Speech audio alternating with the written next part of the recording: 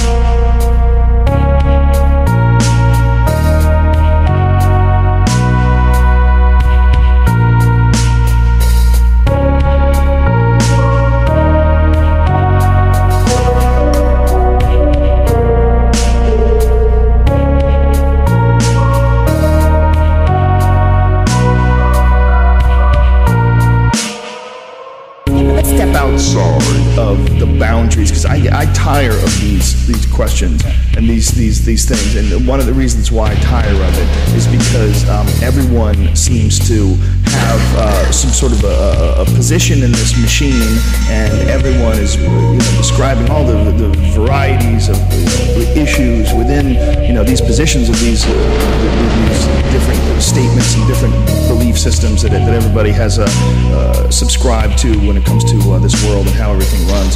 What's the ideal way to do it?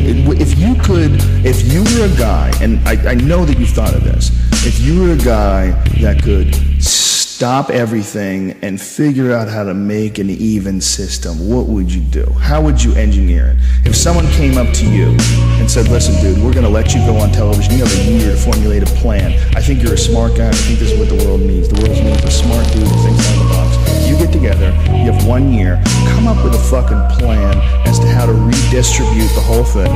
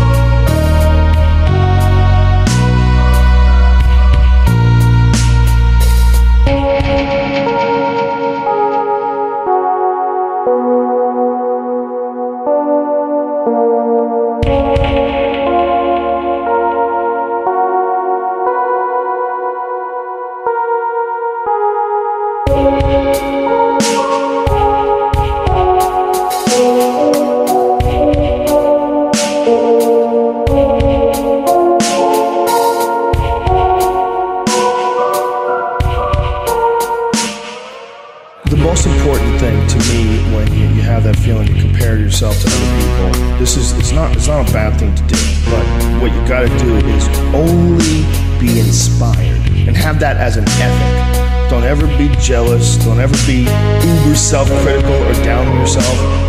Instead of going, oh, I'm a fucking lazy piece of shit. Look at this guy, he's doing his fucking second Comedy Central special, and I don't even have a fucking hour and a half that I really like. My act sucks, and I can't keep a relationship. Instead of saying that, watch some guy that you really love or respect, or watch, and instead of being put down by it, be elevated because 100%. You can choose to do that, man. People can choose to do that.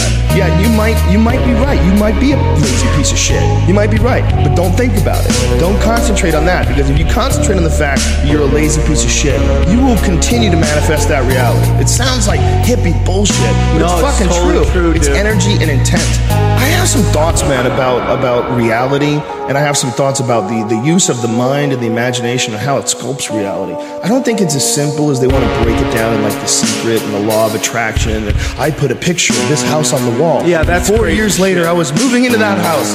I don't think it's that, but I think it's kind of that. I think there's something to the idea that your thoughts and imagination have an effect on reality. This is my reason why I say this. Because I think the imagination is something that we're not taking as seriously as we should be. And what I mean by that is that I don't think, if you looked at like what part does this play in life? What part does food play in life? What part does the imagination has a huge impact on our reality, because we take things out of the imagination and we build them, like this fucking laptop. It came from originally from someone's idea, and it blossomed and evolved into what you see in front of you. But it came out of the imagination. It came out of the air. Someone figured out how to put something together because they had an idea. They had a spark. They saw a vision. They saw it fully formed in their mind, or they saw steps along the way fully formed.